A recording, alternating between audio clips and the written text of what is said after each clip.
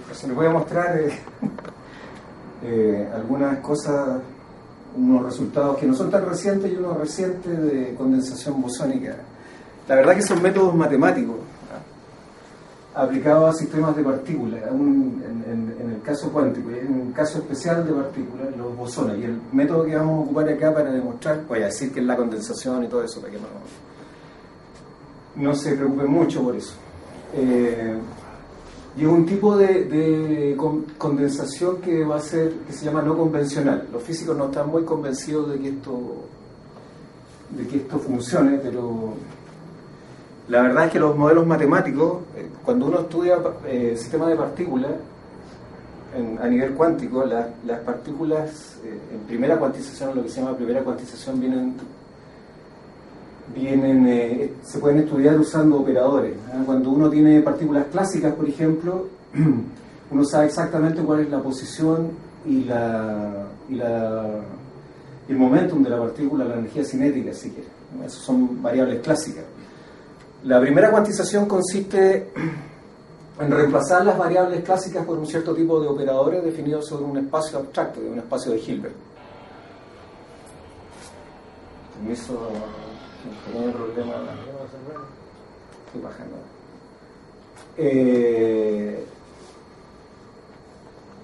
Entonces, por ejemplo, en el caso de los operadores en el caso de las partículas que se están moviendo en una línea, si uno tiene posición, el operador que representa la posición en este caso en mecánica cuántica es un operador de multiplicación.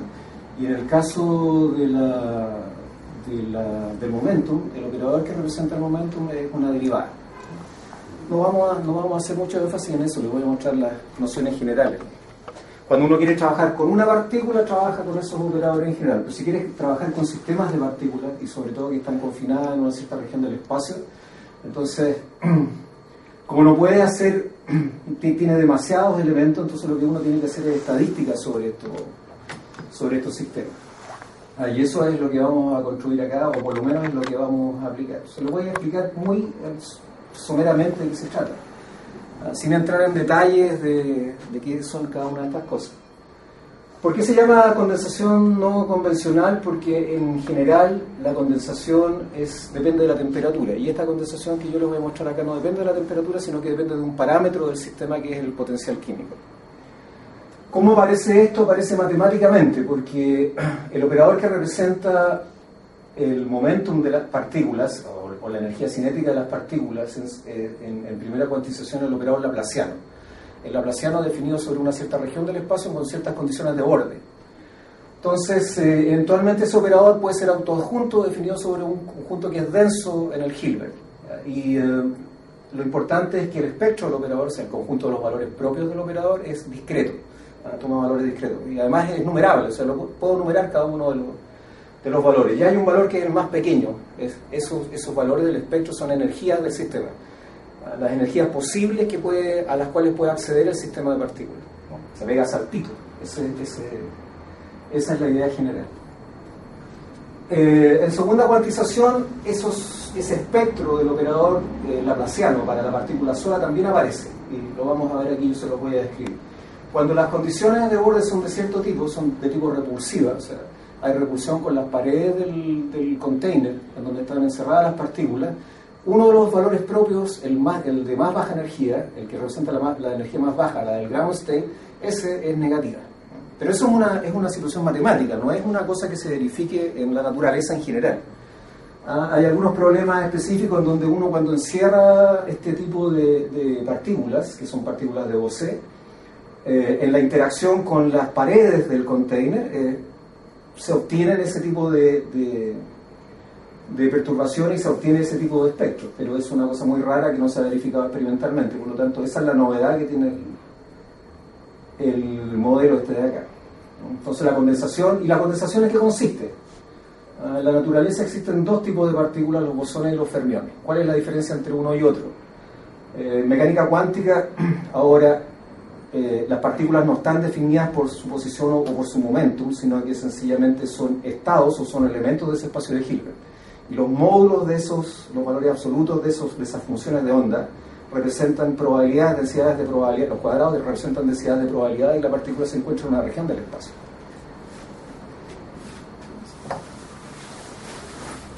Bueno, eso lo corto después.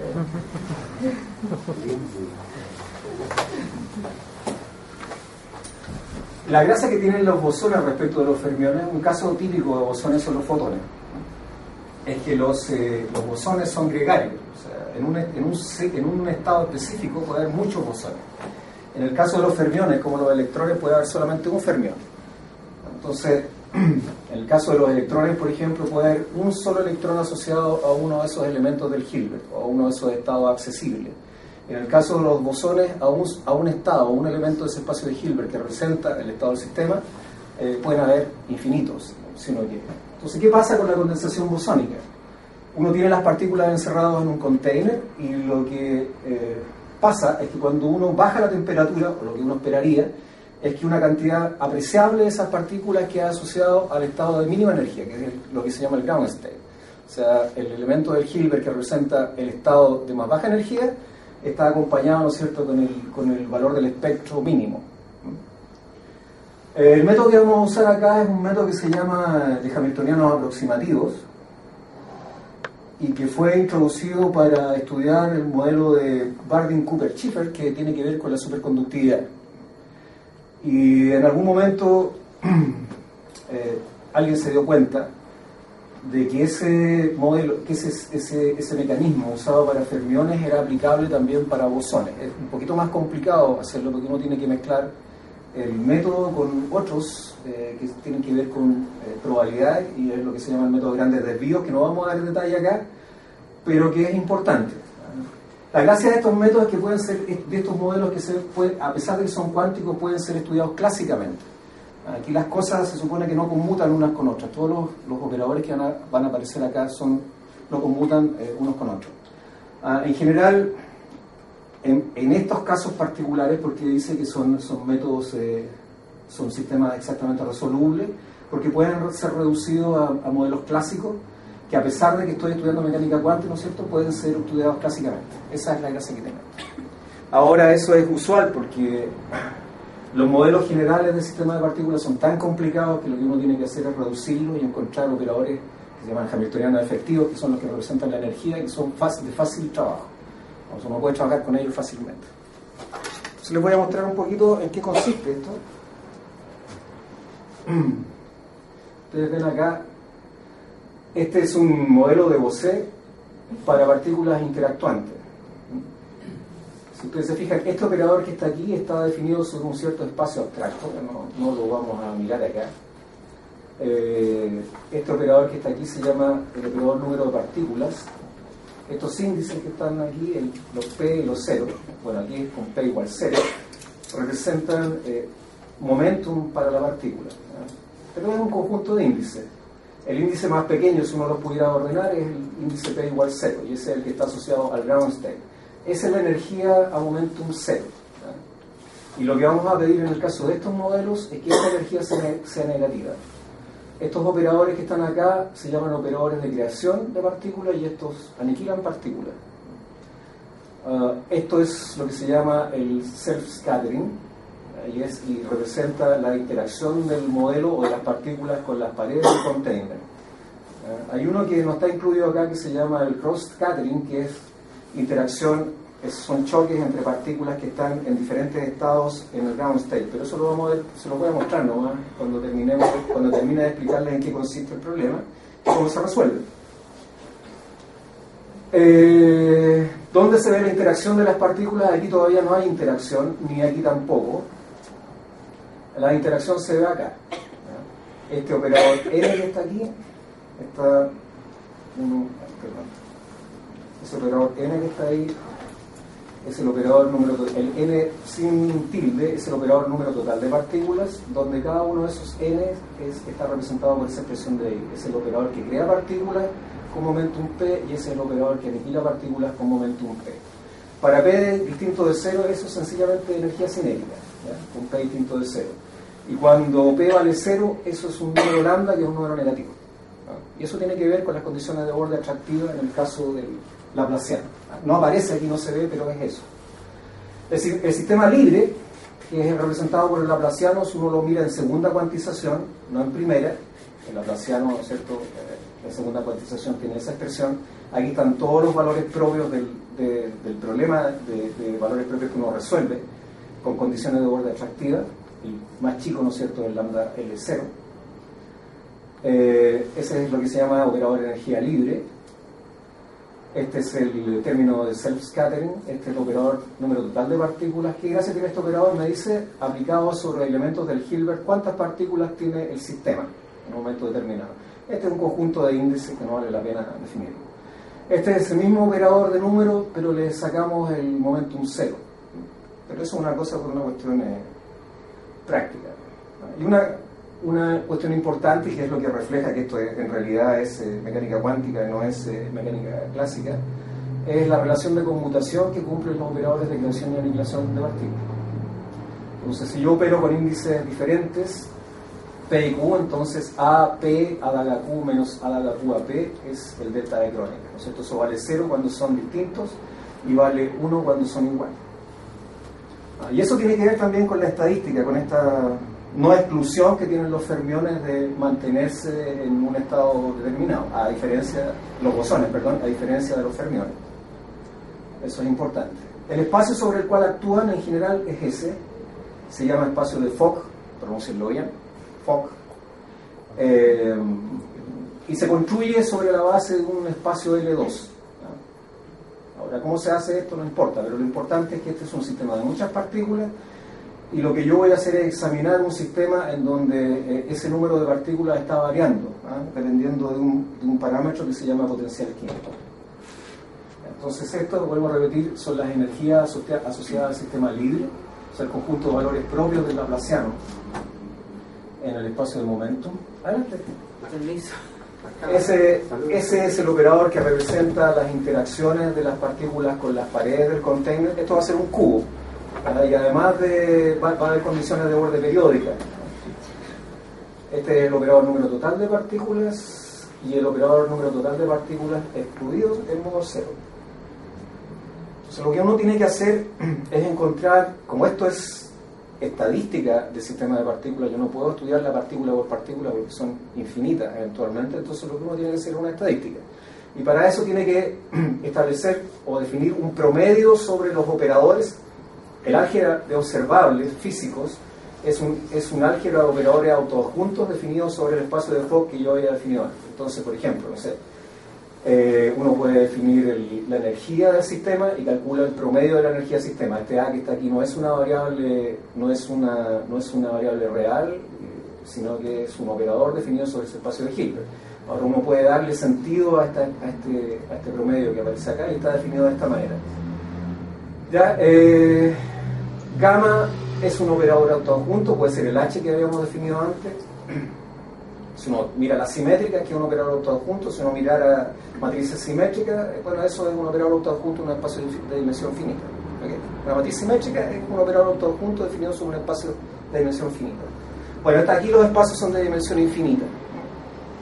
Y estos son operadores, si ustedes quieren llamarlo en un lenguaje vulgar y coloquial, estos son operadores simétricos. ¿Okay? Y esto es la traza definido sobre H, que es el espacio base, de E elevado a menos beta gamma mu. Esto es el exponencial. Si eso fuera una matriz y esa fuera una matriz simétrica de dimensión infinita, uno puede definir E elevado a menos beta gamma mu. Eso es fácil de hacer. Basta diagonalizar la matriz, ¿no es cierto? Tomar el conjunto de los valores propios y le queda U por D por U a la menos 1. Eso de álgebra lineal. Así que esto es exactamente lo mismo. Uno ocupa un teorema que se llama teorema espectral y eso lo puede escribir sin problema. Eso es un promedio, entonces. Mu es lo que se llama potencial químico. Eso dice cómo estoy echando partículas dentro del container o el lugar donde están encerrados donde está mi sistema. Y ese es el operador, ¿cierto? Ese es el operador. El H, si fuera H de mu, es H menos mu veces el operador número total de partículas del sistema. Y el gamma es un operador autoadjunto, como le dije yo. Si uno trabaja en un espacio de dimensión finita, es un operador simétrico. Entonces, bueno, tenemos el Hamiltoniano. Este es el mismo Hamiltoniano, solamente que le sacamos el momentum cero, ¿eh? Por eso lleva el prima arriba. Todo lo que lleva prima es porque le sacamos el cero. Y lo que uno tiene que estudiar en mecánica estadística, cuántica o clásica son las funciones termodinámicas clásicas. Si uno tiene las funciones termodinámicas clásicas, acuérdense que tenemos un sistema de partículas encerradas en una caja. Eso es. Y esas partículas que están encerradas en la caja son típicamente bosones. Entonces en cada estado puede haber tantos bosones como uno quiera, dependiendo de los valores. Eso es temperatura inversa, ese parámetro que está ahí, y eso se llama, como les dije, potencial químico. Ese es el volumen de la caja. Y las funciones que son importantes en mecánica estadística son las presiones. Si uno tiene la presión, esta presión es a volumen finito. Uno calcula estas funciones y las pudiera calcular explícitamente y supiera cómo se comportan respecto de estos parámetros. Entonces, lo que a nosotros nos importa es ver qué pasa cuando el volumen tiende a infinito. Es decir, ver cómo se comporta la diferenciabilidad de estas funciones, por ejemplo, en el infinito. Si uno mira y calcula estas funciones para hamiltonianos adecuados, ven, aquí reemplacé el gamma que habíamos visto antes por el H, que es el operador que a mí me interesa y que representa la energía del sistema. Si uno mira este en el límite cuando el volumen se va a infinito, y tiene una expresión analítica para esas funciones, entonces en aquellas partes en donde hay discontinuidades o donde la función no es diferenciable con respecto al parámetro mu o la temperatura beta, lo que se produce es una transición de fase de algún tipo. Cuando el volumen es finito, estas funciones son absolutamente continuas y diferenciables con respecto a los parámetros. ¿Ya? En el infinito, cuando B tiende a infinito, van a pasar cosas extrañas. Todas las transiciones de fase son a volumen infinito. Por lo tanto, lo que tengo que estudiar lo que tengo que hacer es encontrar métodos que me permitan calcular estas funciones, que son las funciones presiones finitas, que me permitan calcularlas en el límite termodinámico, que es cuando cuando el volumen sea infinito. Entonces, esta es la presión para el hamiltoniano, este que está aquí, el que les había mostrado al principio, esa que está ahí, y esa de abajo, esa que está ahí, es la presión para el hamiltoniano, muy parecido al anterior, solo que le saqué el modo cero. Entonces estas dos presiones van a ser importantes. Entonces, ¿qué son las presiones infinitas? Es calcular estas presiones cuando el volumen sea infinito. Recuerden, es una caja cúbica y las partículas están dentro de esa caja cúbica.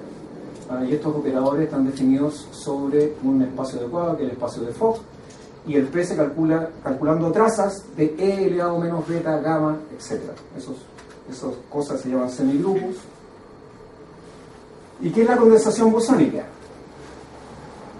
Lo primero que uno supone es que la densidad de partículas en el sistema, el promedio del operador densidad de partículas en el sistema, esto es un operador, ese es el número total de partículas en el sistema, ese es el volumen finito para la caja finita, y ese es el promedio, ese es el funcional de Gibbs que está acá. Perdón. Ahí está, ¿cierto? Entonces mi AI es n partido por b, pero es un operador, no es una variable clásica. Entonces, bajamos acá. El promedio del operador número de partículas comparado con el volumen, el promedio de Gibbs, si uno lo quiere llamar, uno va a suponer que es una constante independiente de mu. Y el número de partículas asociado al momentum cero, o sea, el estado de mínima energía en el sistema, comparado con el volumen, lo vamos a llamar ρ sub 0. ¿Cuándo ocurre la condensación bosónica? Cuando en el límite termodinámico este numerito sea mayor que 0. Uno puede demostrar, por ejemplo, que en general, estas cosas dependen de la temperatura. Entonces uno puede demostrar, en el caso del sistema libre, o sea, si uno tuviese solamente este término, ¿ya? Si el H fuese dependiente solamente de ese término, uno podría demostrar que hay temperaturas para los cuales esto es igual a 0 en el límite termodinámico, y de pronto hay una temperatura que se llama temperatura crítica para la cual esto se pega un salto, y esto es comparable este promedio es comparable con el volumen, y ese ρ sub 0 es distinto de 0. Bueno, eso tiene que ser siempre positivo, mayor o igual que 0. ¿Okay? Entonces eso es lo que se llama condensación bosónica, y lo que está diciendo desde el punto de vista físico es que el número de partículas que yo tengo en el sistema una proporción importante de ellas están asociadas al ground state, es decir, al estado de mínima energía. O sea, están todas pegadas. Entonces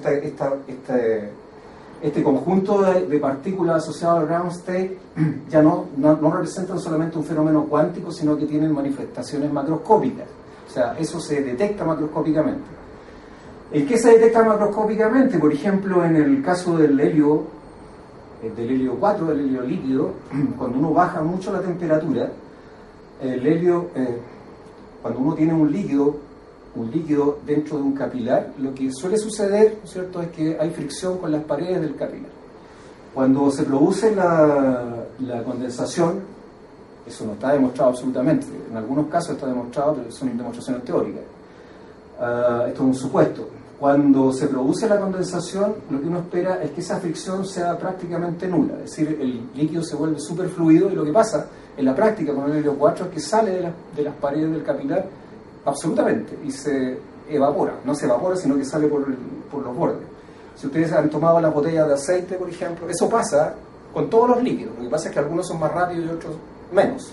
Pero si uno compra una botella de aceite y la deja abierta, incluso no tiene que dejarla abierta, si ustedes se fijan, después de un tiempo la toma y siente el aceite que está fuera de la botella, y no le han hecho nada, no lo han agitado, no lo han cambiado, no han hecho absolutamente ninguna cosa. Después de mucho tiempo el aceite empieza a emerger por el ducto de la botella, y si uno esperara 100 años, no sé cuánto, eventualmente el aceite debiera salir. En el caso del helio líquido esto es inmediato. O sea, el helio sube, no hay fricción, y por lo tanto abandona las paredes del recipiente. Eso es una cosa comprobada. Bueno, la hipótesis es de un físico que se llama London, y la relación entre esta ocupación macroscópica del estado fundamental, ¿no es cierto?, la demostró para casos teóricos, ¿no? Como les digo, esto no es una cosa, la relación entre condensación y superfluidez no es una cosa absolutamente probada, ¿no? Pero hay modelos teóricos en donde superfluidez y condensación sí tienen una relación uno. Solo que queremos hacer eso.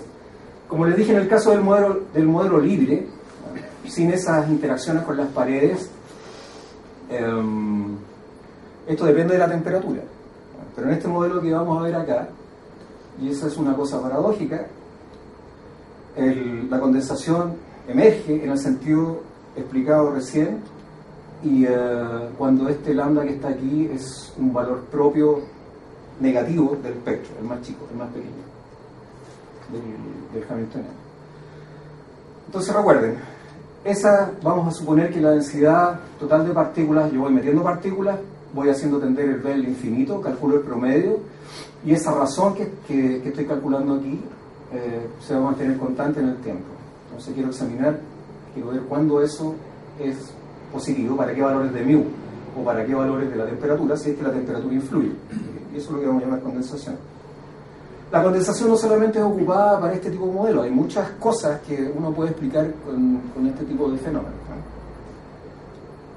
Y el método que vamos a ver es un método, no voy a dar los detalles matemáticos de por qué se hace esto, ¿no? Pero lo que uno hace es sustituir el hamiltoniano original por lo que se llama un hamiltoniano aproximativo. Y lo que hace es reemplazar los operadores de creación y aniquilación de partículas que están asociadas a la energía mínima del sistema por números complejos. Ahora, ¿por qué hace esto si uno quiere hacerlo de una manera heurística, ¿no? Lo que uno supone es que en realidad estos operadores en el límite termodinámico se comportan como si fueran números complejos, ¿no? Entonces las relaciones de computación, las relaciones de conmutación desaparecen. Uno esperaría que desaparecieran en el límite termodinámico y estas variables fueran absolutamente clásicas.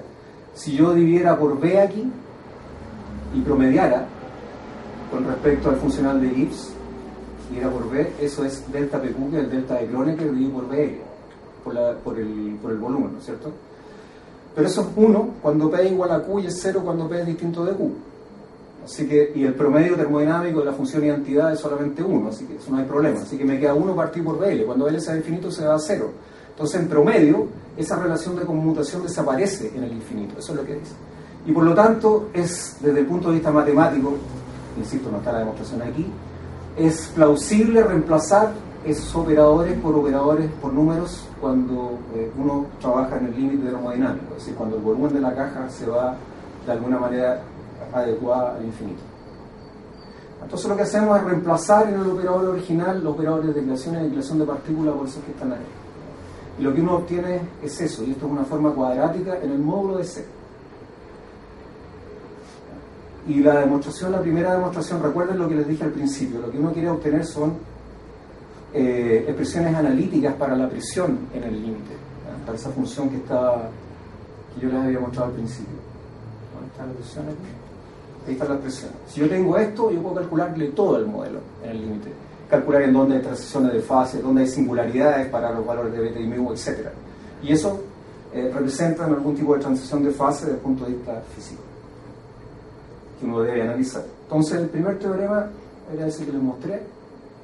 Uno puede demostrar que en este sentido, si uno tiene la presión con este hamiltoniano aproximativo, ahora no usé el H, sino que uso este, y calculo el supremo, este va a depender de ahora del parámetro C que está acá, y calculo el supremo sobre los módulos AC de esta presión que está aquí, eso me da exactamente el valor en el límite termodinámico, me da exactamente el valor de la presión límite del modelo original. ¿Cuál era el modelo original? Ese. Es bastante complicado. Es bastante complicado a pesar de que es una buena aproximación, y es más fácil de calcular que los modelos generales. Entonces, ¿cómo se hace esa demostración? Les voy a mostrar muy simplemente. Marco, ¿Sí?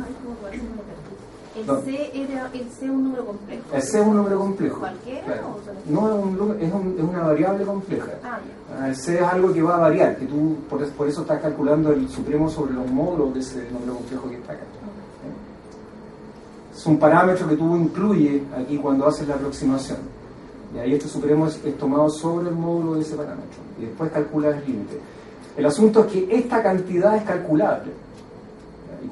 Y si esta es calculable, tú tienes una expresión explícita, también puedes calcular ese límite. Y tienes en el límite termodinámico una expresión analítica para el P. ¿Ya? Y para todas las cosas que quieras calcular. Por ejemplo, si tú quisieras calcular eso. ¿Ya? Entonces, y un corolario inmediato, ahí lo tienen. Esa es la presión límite. ¿Ya? La presión límite para P mu estaba por esa expresión de aquí. Ese es un parámetro, ese es mu, ese es el potencial químico, ese es lambda. ¿Qué era lambda? Era el valor, es un valor negativo, ¿cierto? Es el valor de energía mínimo, que es negativo, del estado asociado a la mínima energía. Esta es la mínima energía del sistema, libre. Eso uno puede demostrar analíticamente que P es esa cosa aquí. ¿Y qué es P'? ¿Qué es P'? Bueno, P' es la presión límite de ¿qué?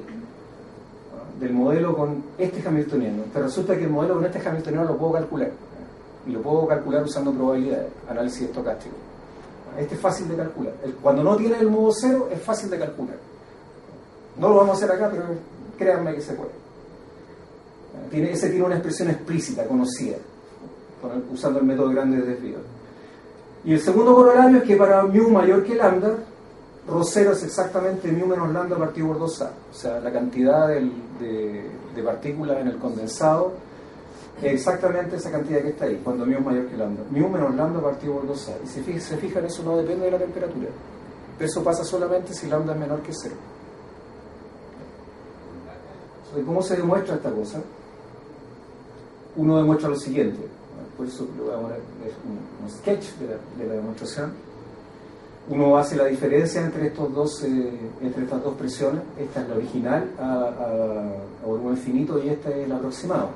Yo reemplacé la de H0 y el A0 por cosas que dependen del C. ¿Sí? Se puede demostrar que eso es mayor o igual que 0 usando una desigualdad de traza muy simple. Y esto es menor o igual que una cierta función que depende del volumen. L es el lado de la caja. Entonces, si fuera una caja cúbica, el volumen de la caja es L cubo. Este es C y este es mu, el potencial químico. Voy echando partículas dentro del sistema. Y esto se puede calcular de esta manera, ¿cierto? Ese delta L, C mu, es el promedio de Gibbs del hamiltoniano aproximativo en C mu menos el hamiltoniano original a volumen finito dividido por el volumen finito. ¿Okay? Y si uno hace algunos cálculos, encuentra una cota superior para esa expresión que está ahí. Haciendo algunos calculitos de funciones simples, uno se da cuenta de lo siguiente. Bueno, eso es una cosa acotada.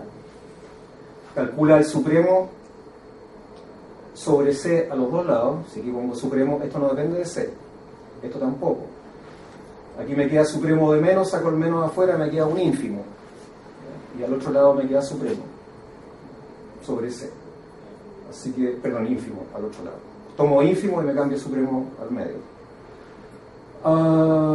Y después miro ese ínfimo que está ahí, lo calculo, eso se puede calcular explícitamente, me da eso, es una cierta función que puedo manejar, y me doy cuenta que cuando BL tiende a infinito, o sea, el volumen de la caja se va a infinito, este término se va a cero, y por lo tanto, esta cantidad de aquí, en el límite, es igual al límite de ese supremo que está allá. Es tan simple como eso. Así que, el límite cuando BL tiende a infinito de ese supremo es eso que está ahí. Y eso, como les dije, es una cantidad calculable usando el método de grande de ellos. Y hasta ahí el final de... Ese es el método.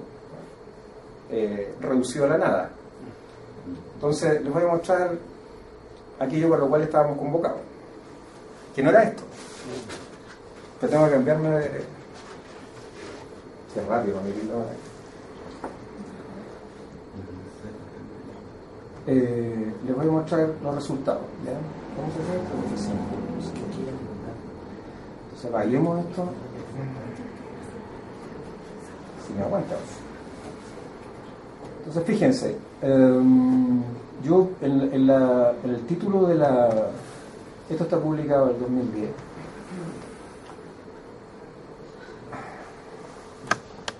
Uno puede complicar el problema.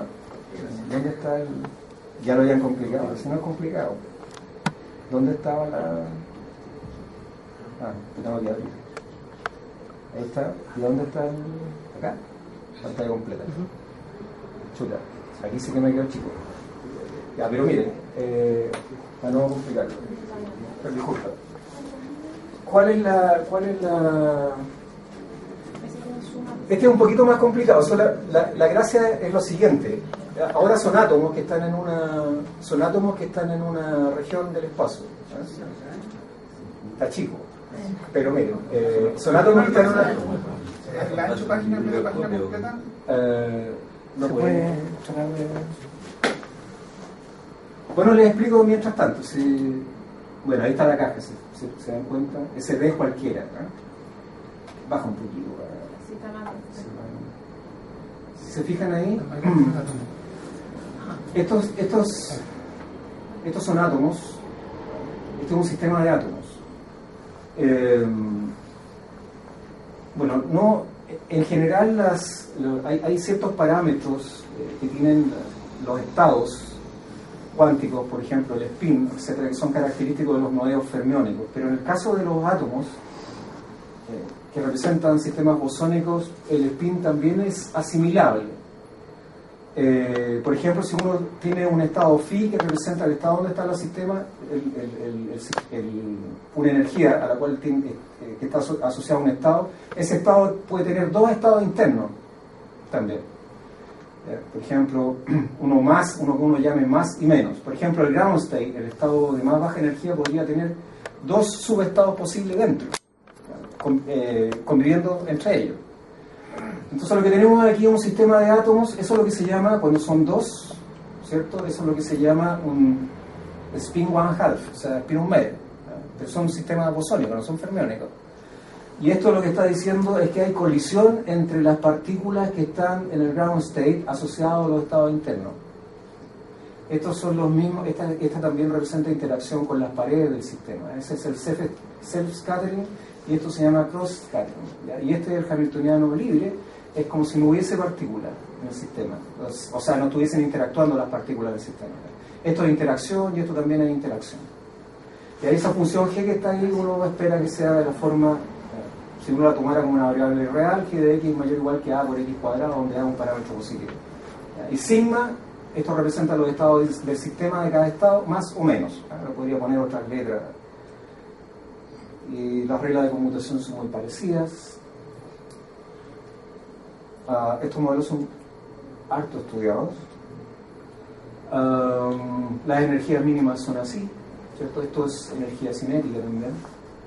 P distinto de 0, P igual 0, uno espera que esta cosa sea 0 y hay una cierta tendencia de los valores propios asociados a los diferentes sigmas, menos y más, ¿ya?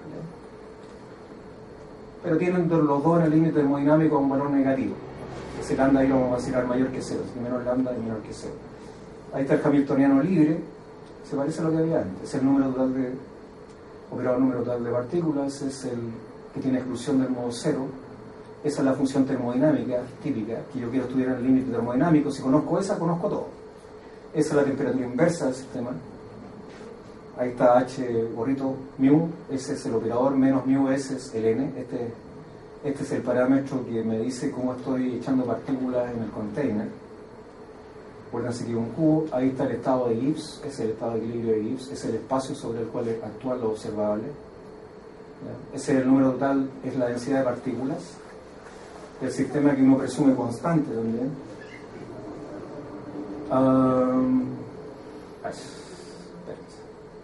Bueno, y lo que uno quiere demostrar acá es esto, ¿no?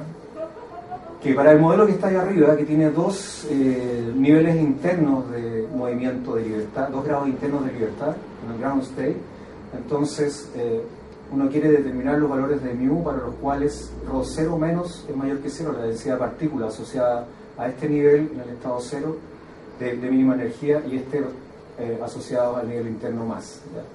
¿Por qué está diciendo que dependan de mu? Porque va a ser condensación no convencional, en el sentido que no va a depender de la temperatura, tomando en cuenta que el valor propio más chico del sistema es negativo. Que tiene que ver, como le dije, con que el laplaciano, hay condiciones de borde atractivas para el laplaciano, ¿no? Encerrado en la región. Uno demuestra que el sistema es superestable, es decir, la función termodinámica existe para todo mu. Para cualquier mu mayor que 0 eso existe. Bueno, estos son resultados. Aquí está el hamiltoniano aproximativo, un poquito más complicado, una forma cuadrática, pero en 2 variables. Ahora lo que hace es reemplaza los operadores de creación y aniquilación de partículas en cada estado interno, ¿cierto?, por complejos diferentes. Por C y el otro por eta. Y obtiene un hamiltoniano aproximativo como el que está arriba. Es un estudio, bueno, aquí los cálculos se complican un poco y obtiene una cosa de este tipo. Los operadores son diagonales, después demuestra una desigualdad de trazas que está abajo, que va a ser importante, pero no. ¿Le puedo bajar un poquito? Que parece que no se puede, no tiene mucha. Esa desigualdad de trazas hay que demostrarla, ¿cierto? Este es el espacio de Fock, pero sin estado nulo. Modo nulo. Esa es con modo nulo, este es el aproximativo y ese no es el aproximativo. Eso nos sirve para demostrar unas desigualdades que hay después. Esa que está a la izquierda se demuestra usando la desigualdad de trazas anterior. Y esto es absolutamente análogo a lo que hemos visto antes. Y finalmente uno se da cuenta que eso cuando se va a 0, cuando B tiende a infinito el volumen, eso se va a 0 y mete esa expresión. Se hace un cálculo analítico de esa expresión y uno obtiene lo siguiente. Bajo cualquiera de las siguientes condiciones, estos son los parámetros que están involucrados en el proceso. Aquí ya estamos a volumen infinito. Entonces, bajo estas condiciones, todos estos parámetros aparecían en el hamiltoniano, estaban al principio. Bajo cualquiera de esas condiciones, los sistemas estos que están acá, estos dos, este es el original y este es el aproximativo, son termodinámicamente equivalentes, es decir, se cumple esa igualdad que está ahí. Como este lo puedo calcular, albricias, puedo hacer cualquier cosa con el sistema. Y haciendo calculitos que nos vamos a saltar, aquí está el método grande de Dios metido entre medio, por eso hay probabilidades ahí. Nos vamos a saltar.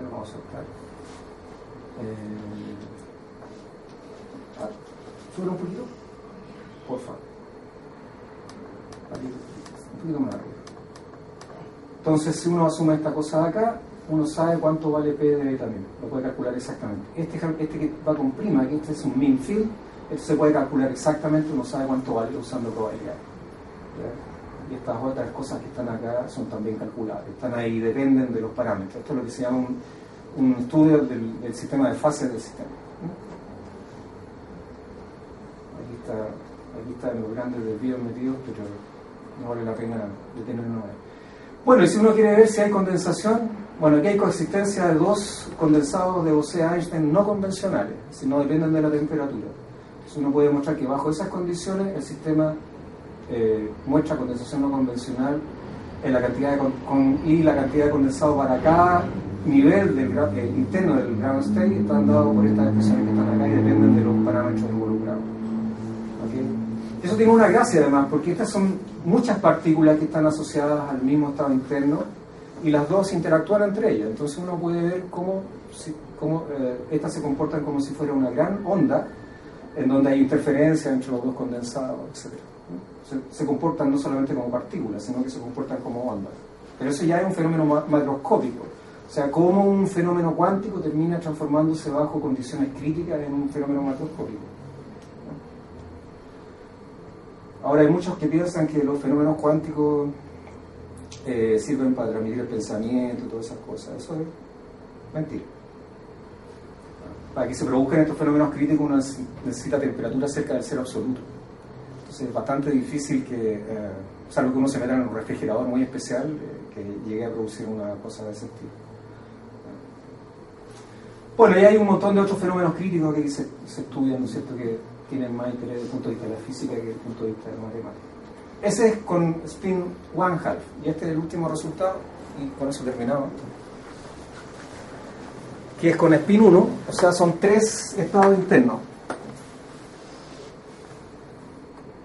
Estos sistemas son conocidos, no están inventados, por si acaso. Por si alguien quiere reclamar respecto a la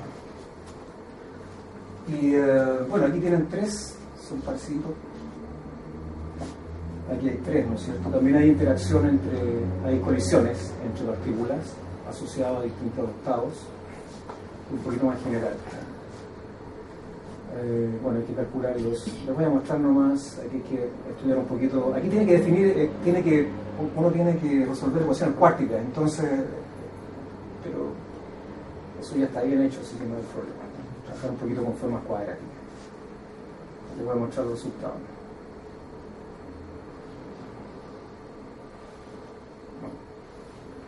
A ver. Este no, era otra cosa, eso no está en los cálculos. Bueno, ahí están, estos son los valores para la condensación dependiendo de ciertas condiciones. Para que, voy a mostrar el modelo, ¿no? Ahí está el cálculo para la presión usando la mezcla esta de los 12 métodos, que es el método hamiltoniano aproximativos y el método de grandes desvíos. Resulta que P de beta mu uno lo puede escribir como el ínfimo sobre una cuadrática, ¿ya?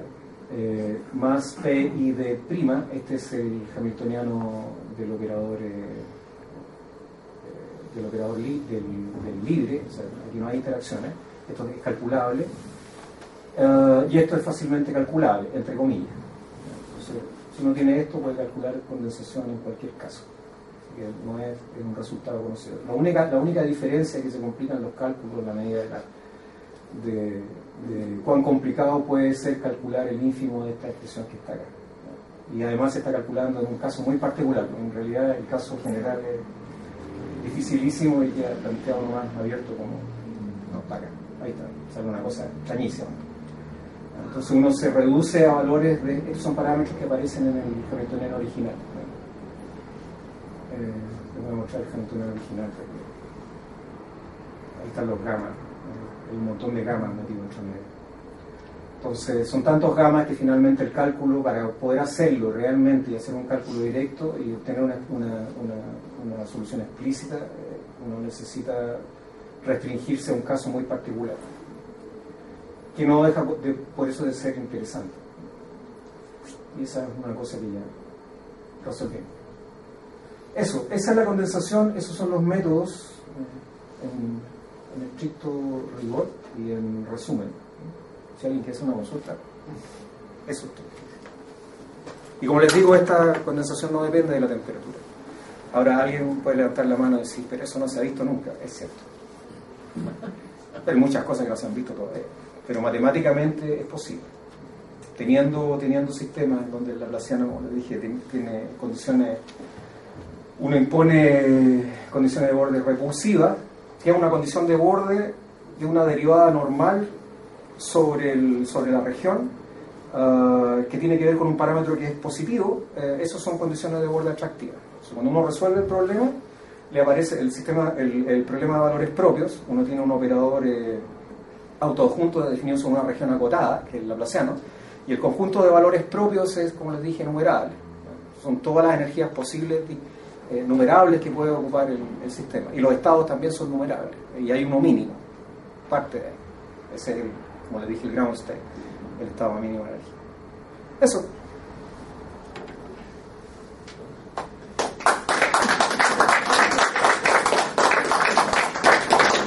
Está calentito. No sé si tienen alguna consulta, algún comentario. Yo tengo un comentario. Resulta que en informática teórica se trabaja con sistemas que son, yo podría decir que son similares en el sentido, no en el sentido matemático, sino que en el sentido vulgar. En esos sistemas se trabaja sobre un elemento que es la información, y sobre eso se aplican operaciones, ¿ya? Y esas operaciones y se estudian bajo diferentes situaciones los estados en que se puede encontrar se pueden dar dentro del sistema. Ahora, este sistema, por ejemplo, puede considerarse lo que se llama un objeto, que es similar a lo que tú denominas una caja. Una caja. Entonces, dentro del objeto hay información y hay operadores, ¿ya? Operaciones.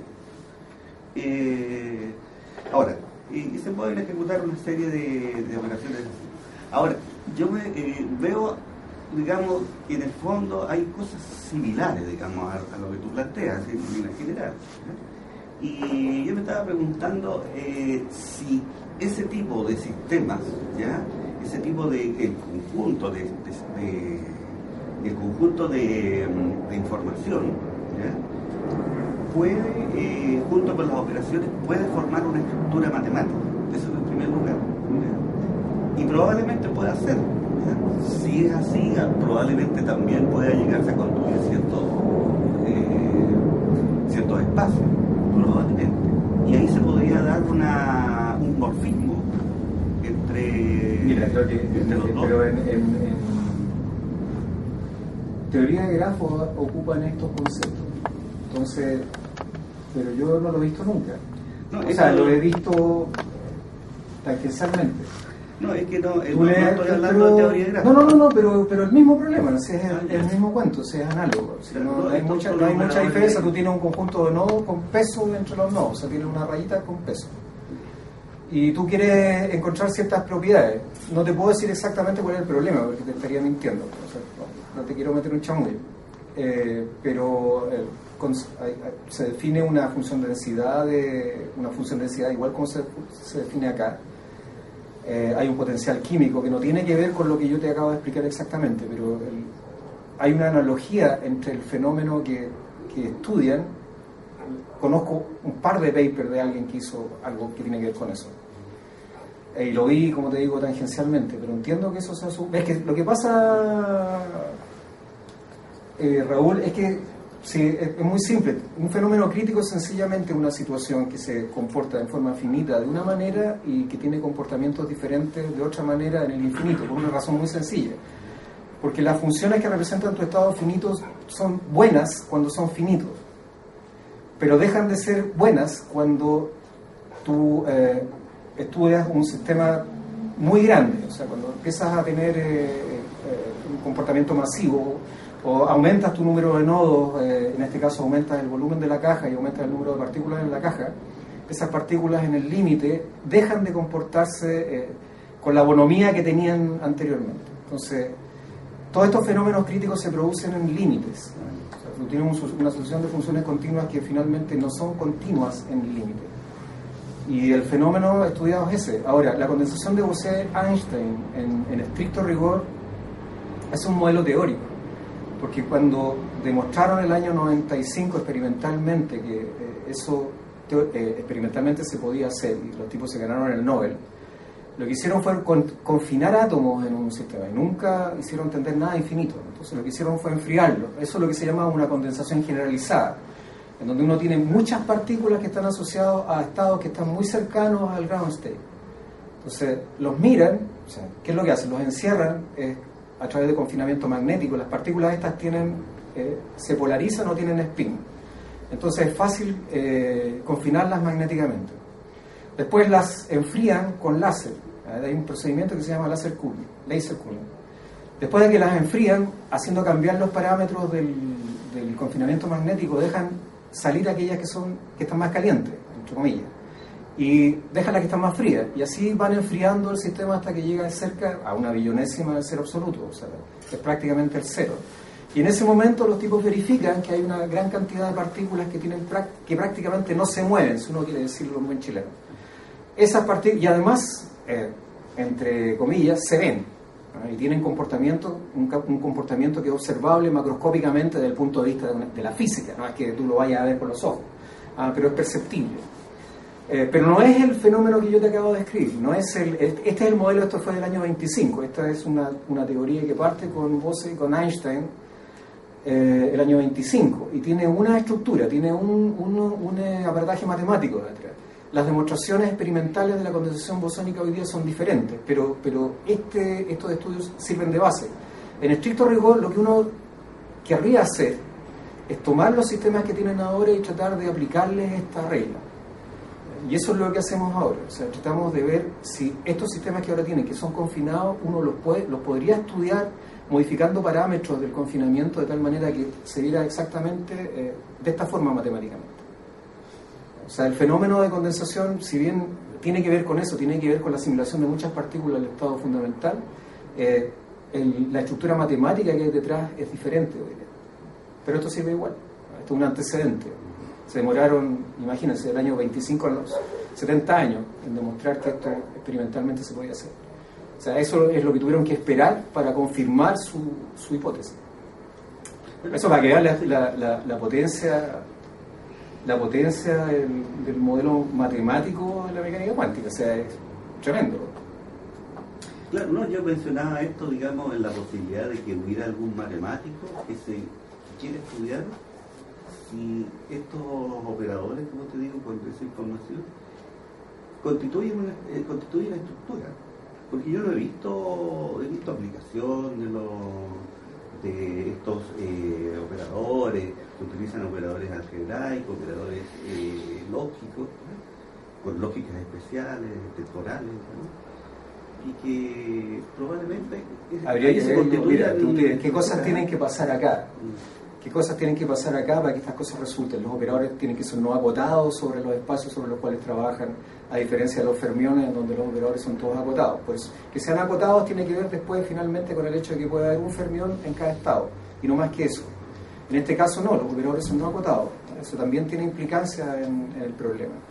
Entonces habría que ver mucho y muy detalladamente de qué se está hablando. Porque, mira, si alguien no se mete en algo es porque no... ¿Alguien tiene una consulta? No sé. No les puedo enviar café porque... Pero al precio también sé que era muy caro, vale 750 pesos el... No sé si alguien quiere comentar o decir algo. Si no me gustó. La luz, una cosa interesante. Algo que no condensaba es la luz. Se suponía que eso no era imposible. La luz son bosones.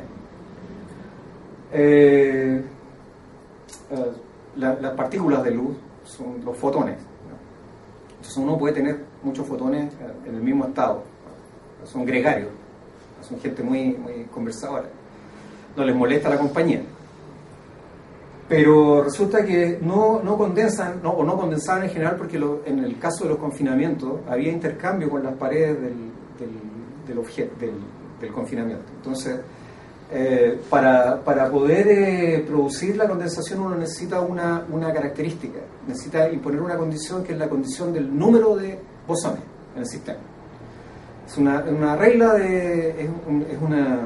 es una regla que si no se cumple, sencillamente la condensación no existe. No está puesta ahí, pero tiene que verificarse. Entonces, en el caso de los fotones eso no se verificaba, pero resulta que experimentalmente el año, me parece que el 2009, hicieron un experimento muy interesante en donde lograron que el número fotónico se conservara y los tipos condensaron fotones. Y eso sí que es espectacular. Eso sí que es espectacular. Eso es una cosa que no se había visto, que no tiene que ver con otros fenómenos de óptica cuántica que se hubiesen visto antes. Entonces, esa es una gracia notable para nuestra ciencia actual. Y además tiene aplicaciones infinitas. Otra cosa que han hecho pasar luz por condensado, por ejemplo, condensado de sodio. Resulta que viene la luz se mueve a 300.000 kilómetros por segundo en el vacío. Para los que crean que se mueve a 300.000 kilómetros por segundo en todas partes, no es cierto. O sea, depende del medio por donde pase. Pero al pasar por el condensado, la luz se redujo su velocidad a 17 metros partido por segundo. Entonces, imagínense un rayo de luz que está disparado contra un condensado. En estricto rigor se para y un ratito después sale por el otro lado a 300.000 kilómetros por segundo otra vez. Entonces eso tiene insospechadas aplicaciones en el futuro para, no sé, la información cuántica, el cómo almacenarla, etc. O sea, son cosas que no se habían visto nunca. O sea, esta cuestión es un fenómeno, además, que no se produce en la naturaleza de forma natural, valga la redundancia. O sea, es una cosa que tú tienes que producirla experimentalmente. Ahora, tiene muchas consecuencias futuras. Si uno supone, por ejemplo, que algunas teorías del universo, por ejemplo, suponen que finalmente nos vamos a enfriar y no va a haber ni Grand Rip, ni Big Crunch, ninguna cosa, ¿no? Podría hasta pensar que vamos a terminar en un gran condensado, pero eso es una cosa que está buena para la ciencia ficción. Pero no va a pasar mañana, si no se puede. ¿Algo más? Bueno, les agradezco su paciencia.